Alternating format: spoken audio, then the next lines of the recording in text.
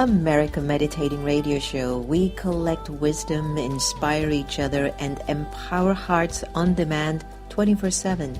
Hi everyone, I'm Sister Jenna, host of the syndicated America Meditating Radio. We bridge divides, we seek deeper meaning, and we answer life's most compelling questions from experts around the world. Because in a world of uncertainty and division within and out, we will need answers right here, right now.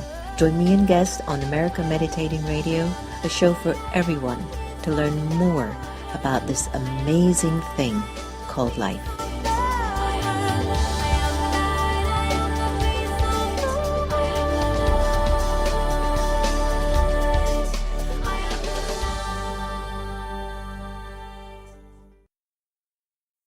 Do you like to meditate? Have you tried to meditate? Have you struggled with meditation? Why don't you visit one of the Brahma Kumaris Meditation Center? Visit brahmakumaris.org. Blaylock Dialysis Center is a convenient state-of-the-art dialysis center in the Houston area, run by Dr. Panakin Patel. Relax in a comfortable environment while receiving quality care. Serving adults 18 to geriatrics, we are here to help you. Call 713-463-6611 for more information, or visit us at our website at www.blaylockdialysiscenter.com. Blaylock Dialysis Center, where helping you get well is our priority. The Meditation Museum in Silver Spring, Maryland offers a variety of courses and activities to make your life go a whole lot smoother. Located at 9525 Georgia Avenue, you will be able to experience the beautiful silence that's in the space. There are courses in Raj Yoga meditation, positive thinking, stress-free living, and personal development classes. For more information, call us at 301-588-0144 or visit us online at meditationmuseum.org. Get off the grid and step inside your heart. Sister Jenna guides you through a powerful, encouraging, and motivating meditation that allows you to let go and become aware of you, regain strength, power, and peace.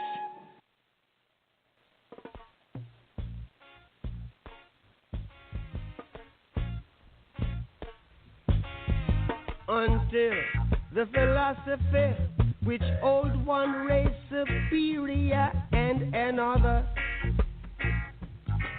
inferior is finally and permanently discredited and abandoned. Everywhere is war. It's a war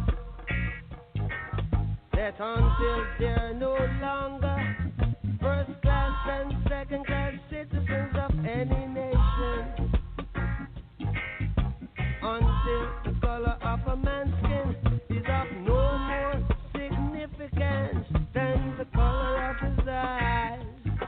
It's a war that until the basic human rights are equally guaranteed to all without regard to race. This a war that until that day, the dream of lasting peace, world citizenship, rule of international morality will remaining but a fleeting illusion to be pursued but never attained. Now everywhere is war, war, and until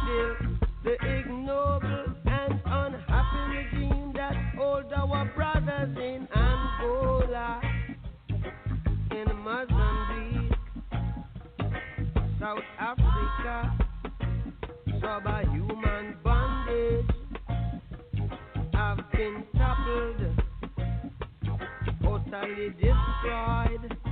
Well, everywhere is war. It's a war.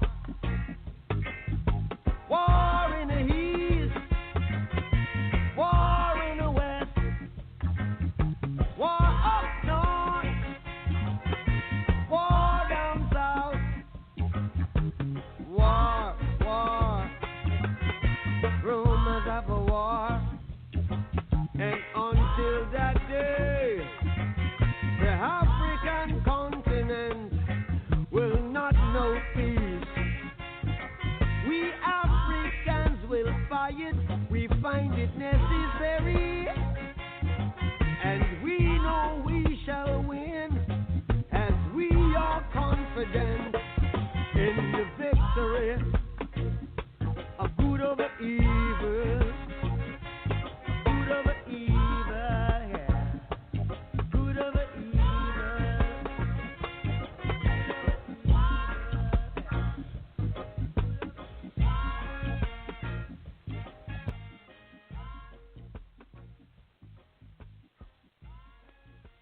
Hello, everyone. Welcome to America Meditating Radio. Wonderful Bob Marley from my hometown, Jamaica, and maybe I think Kingston or Spanish Town. Thank you for joining us. Your contribution and time and energy is always most valuable, I know, to me and to everyone that's here. You know, I think that for many of us, when we observe our lives or do our life reviews, we find that we go inwards. And there are times that we know how to direct the narrative, and there are times that we find ourselves a little bit stuck with, like, where do I go from here? It seems as if, we find ourselves in a pattern that we can't seem to break. And many of us are now beginning to understand the power of neuropathway and sort of wiring the brain, as my very good friend Dr. Andrew Newberg wrote in the book. And if we can just rewire the way that we interpret things or frame things or understand things, I think the first step of rewiring has to begin with the self. Thyself, ourselves, me. And for some, I don't know if it has ever happened to you, but there are times that you turn inwards and you bump into a conflict between your higher self and your normal self.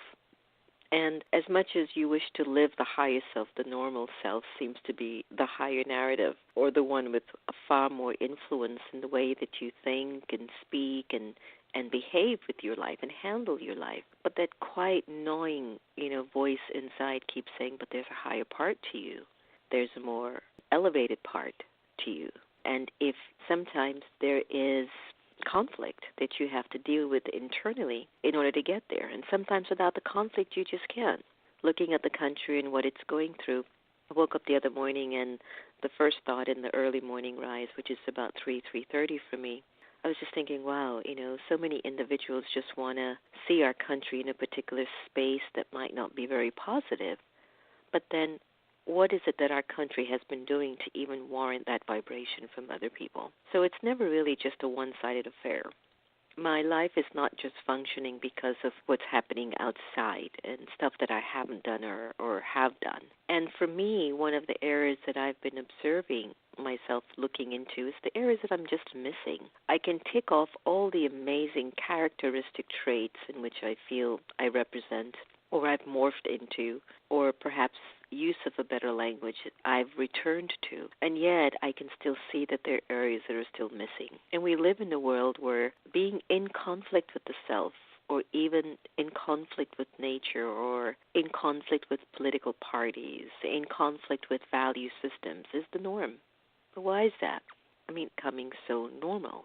It's becoming normalized. I was at our headquarters of the Brahma Kumaris in Mount Abu, India, and I was there for almost a month, and I didn't even remember the hell that I left behind in Washington, D.C.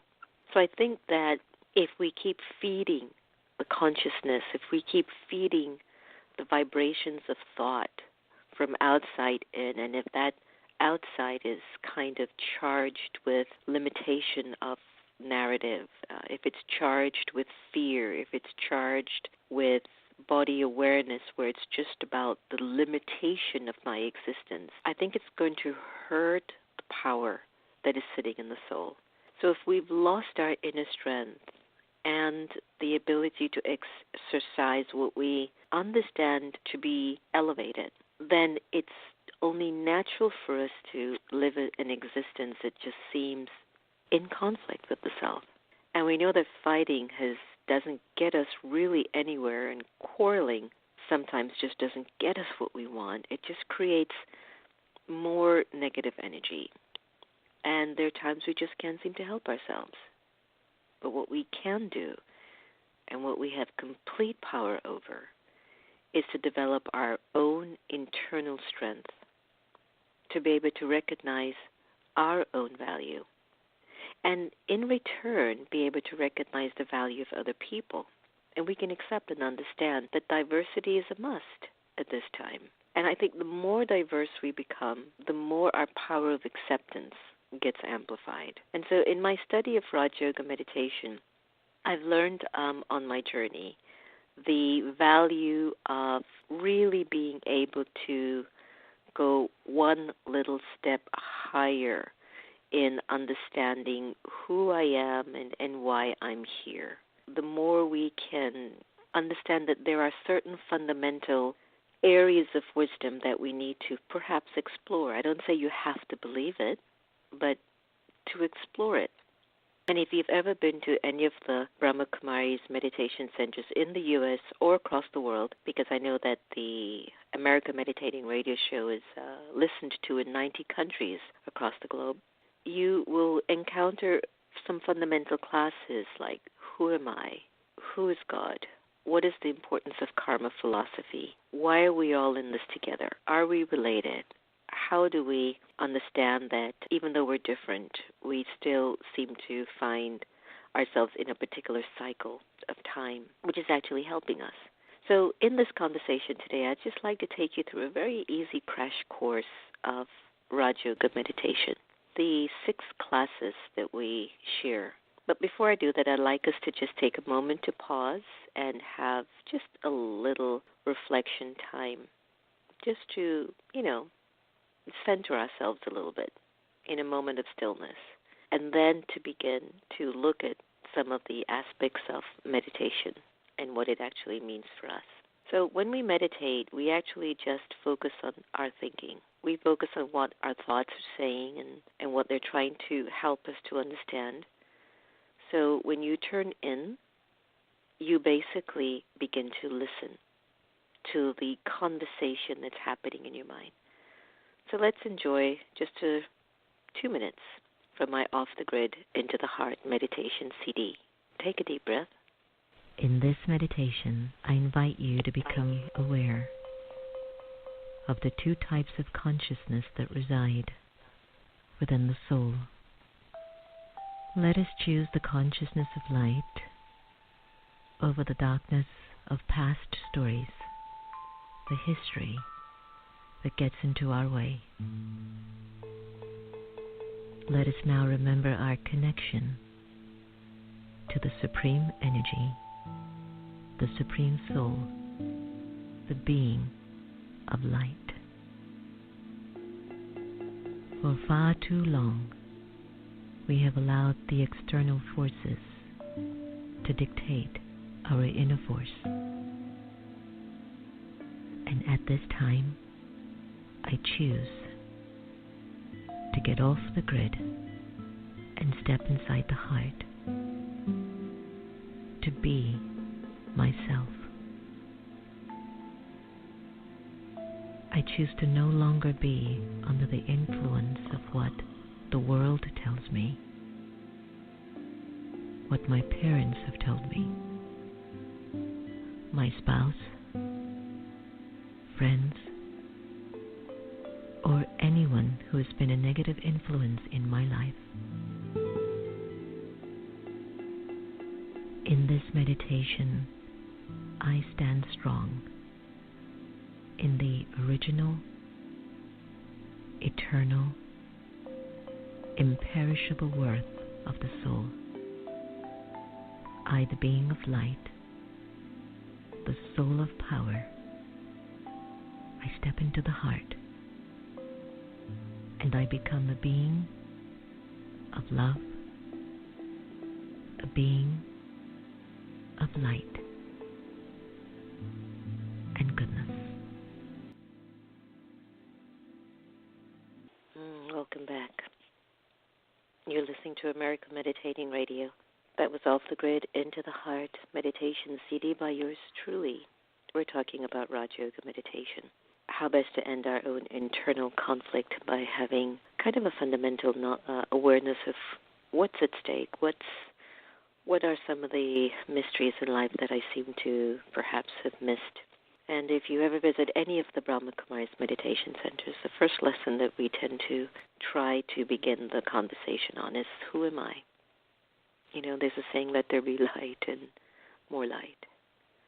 And at this time of gloom and mental distress are just plaguing many lives, you may be ready for something fresh in your life that can add some bounce to your step, something that can liberate you, something that can always be there. Some of us call it soul, zest, raison d'être. It's a powerful sense of the self drawn from a wellspring inside of our mind and body. It can make the day worth saying hello.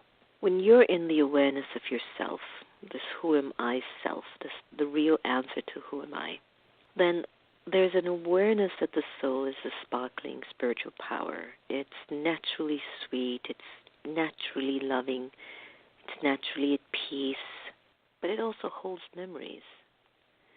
And it has, from those memories, a personality. It has built a personality, and that personality is you. And from time to time, you ever heard somebody comment when a baby's just born, wow, that's like an old soul. So the soul comes with that vibration of some narrative of the past, but weird, looks like it's brand new out of the womb. But at the same token, people don't always say that to all souls that come out of the womb, but there's just a feeling. So in the soul, there are recordings, past, present, future, and we call those recordings like your sanskaras. It's a history. In each one of us on this planet, we're carrying our own history. And when we come onto the path of spirituality, spirituality is to aid us in exploring that history and to release the history that's painful and hold on to the history that is liberating. So I always call that caring for the soul.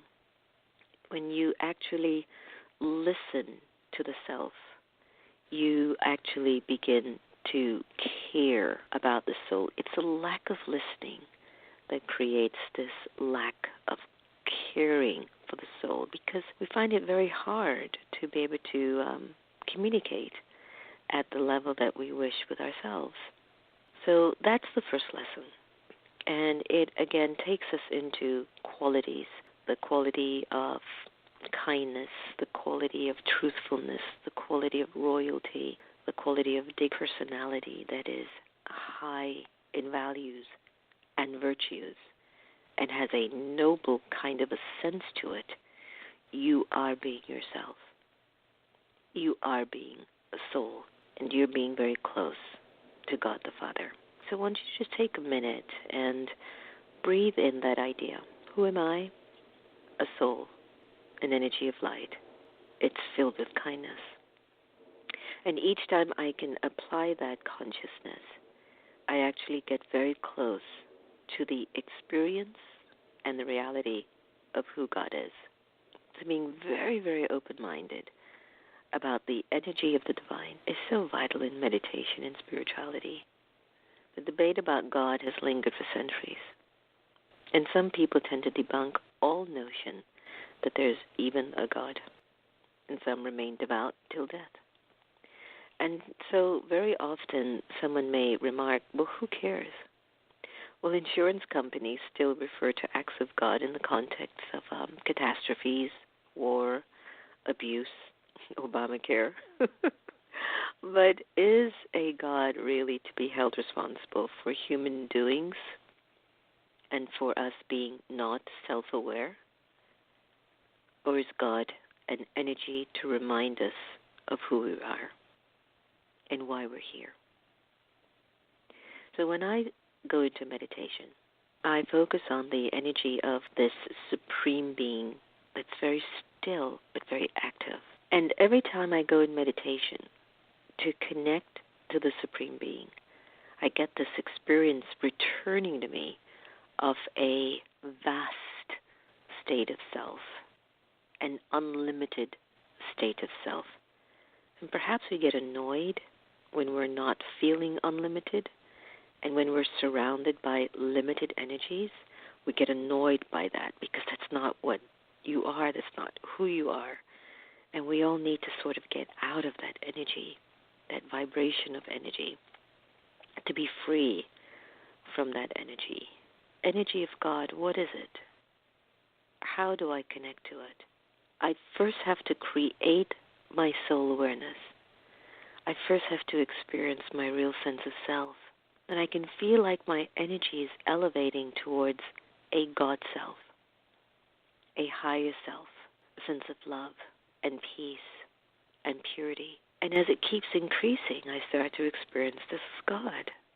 I begin to feel an ocean of qualities flood over my consciousness. And I start to wake up, pattern in an old behavior and an old way of being myself. It's like, that's not me. There's something that feels much better in this state. So let me invite you to just sit with that for a minute, and let's just have a little meditation on the vibration of the soul connecting to the Supreme, a loving connection and loving union. Here's bliss on this love, and we'll return to expand more on the conversation of Raj Yoga meditation. Take a deep breath, everyone.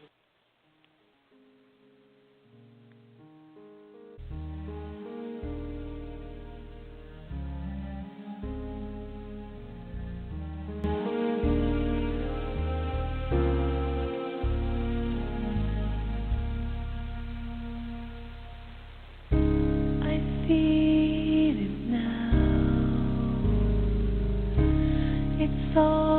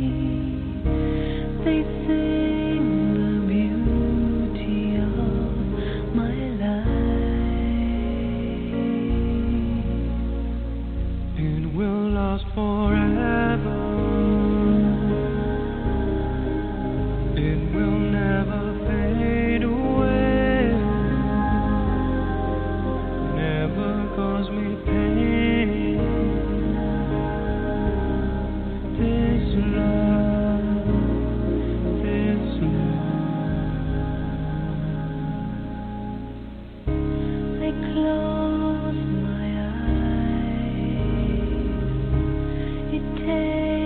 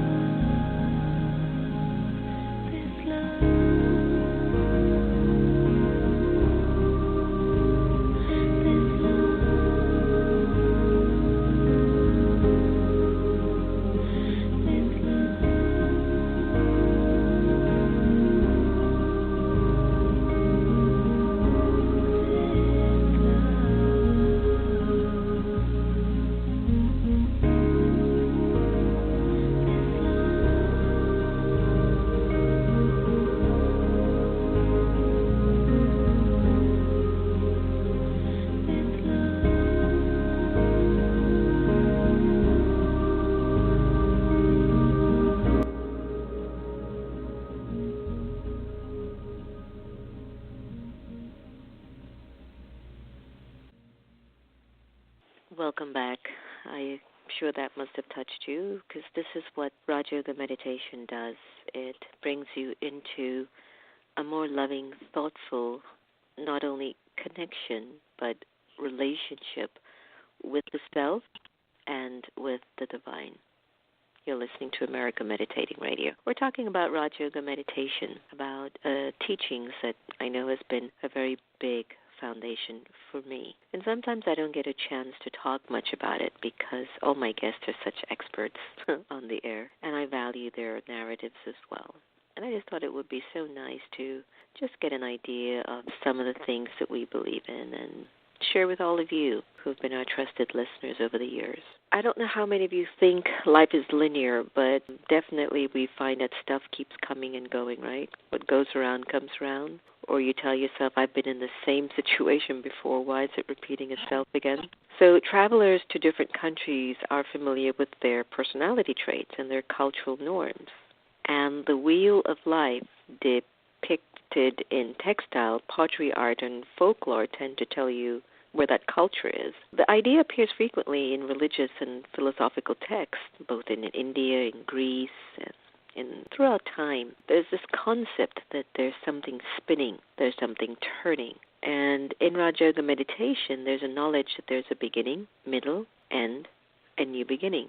But that everything starts off completely in order, what you might say pure, but then changes and goes out of order, becomes impure, but then seeks to fix, seeks to end that conflict. Like I started the conversation earlier about, ending this inner conflict. What if you understood that you were in a cycle?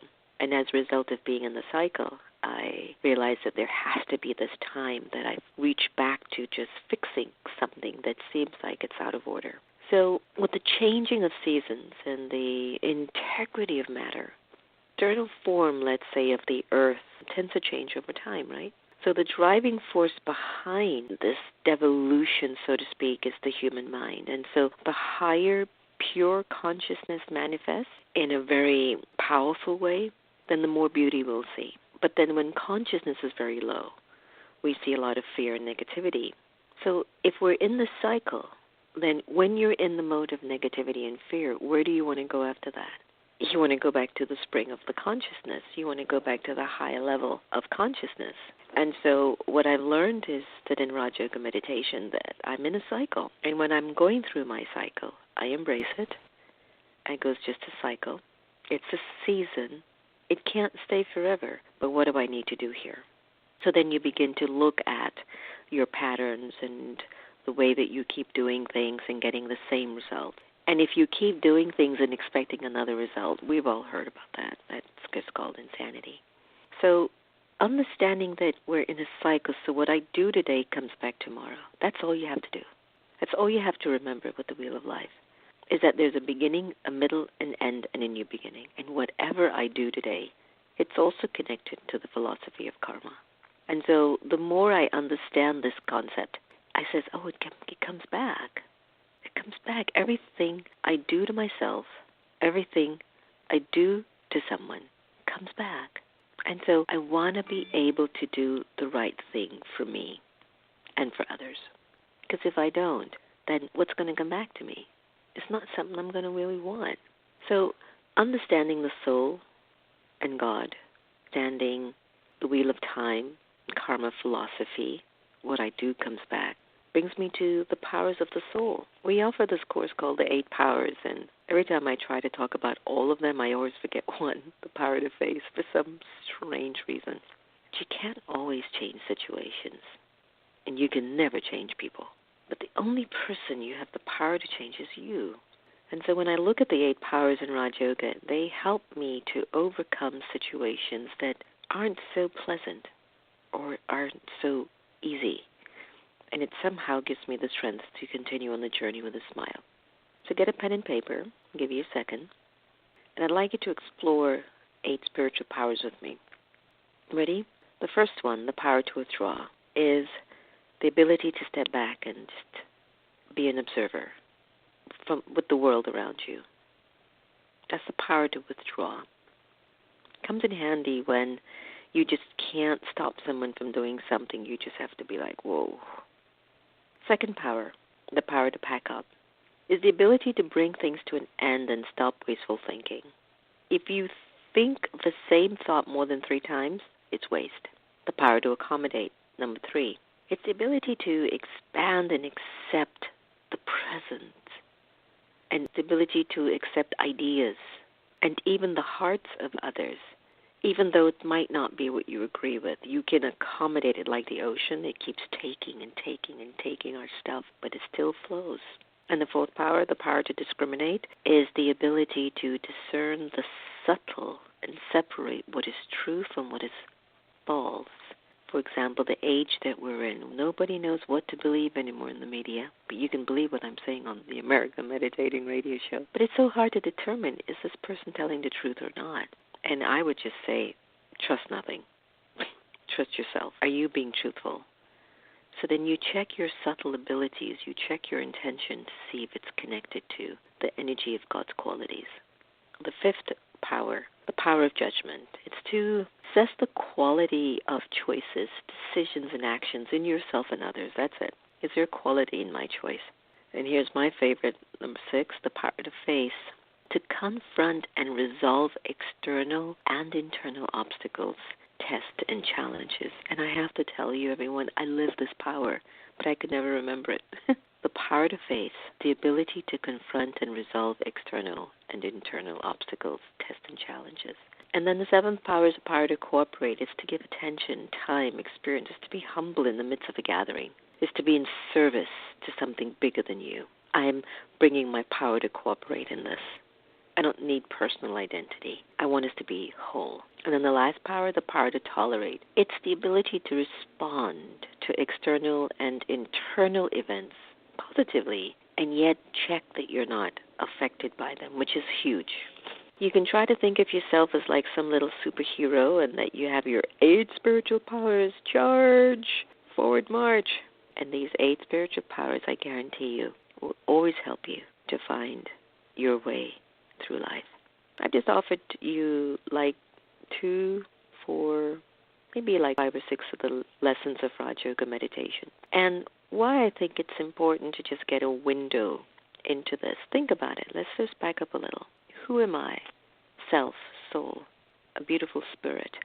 Well, why do I not act that way? Because I'm in conflict. Time. Seasons have changed in me. I'm not the same that I used to be. So where do I go to get my power back? God, a supreme energy that's of qualities. I bring that experience back in my narrative, in my consciousness. And then I understand that even though I'm doing this work on myself, I might find myself in the same situation, like I'm in a cycle, some wheel that I can't seem to stop. So then I realize that whatever I give, I get back in return. And so I'm just like, let me give the best of myself, because that's what I want in return. I want the best back to me. And understanding that we're really all connected. We're all connected to the seed. We all come from God, the source. And so there's going to be a great need of personal acceptance of the fact that we're all different. These 8 powers that I shared with you earlier become a crucial tool in helping me along the way. That was just a real crash course on Raj Yoga meditation and how beneficial it has been for my life for the last 20-something years. I've learned to deal with some of the most challenging personalities, and after a while, just leave them. Just let them be who they need to be. Or at times, just find your own space and just say, I need to really have a very positive, pure energy around me if I'm going to do something more in life. Because it's a cycle. I want to give more of something good. And so if I keep being fed the negative, when do I ever get a chance to breathe that which is positive? Can't be just my early morning meditation at 3:30, 4 o'clock, which I do bank on, by the way, tremendously. But I ask all of you to give it some thought. Who am I? And try to find a disciplined sort of routine so that your spirituality is paramount in your decisions. Everything should revolve around that, not change it. Revolve around that and get yourself into gear to be more of service to yourself and to others around. Thank you so much for offering me this time to just chit-chat with you about something that means a lot to me. And if you'd like some more information on the Brahma Kumari's meditation for Raj Yoga, please just go to meditationmuseum.org or visit brahmakumaris.org. That's BRAHMAKUMARIS.org. They'll have a lot of free materials for you there. Remember, no one can take away your happiness unless you give them permission. And we are here to love each other the same. So let's do that. I'm going to end the show today on a beautiful Hindi song called Sab Kuch. Take care, everyone.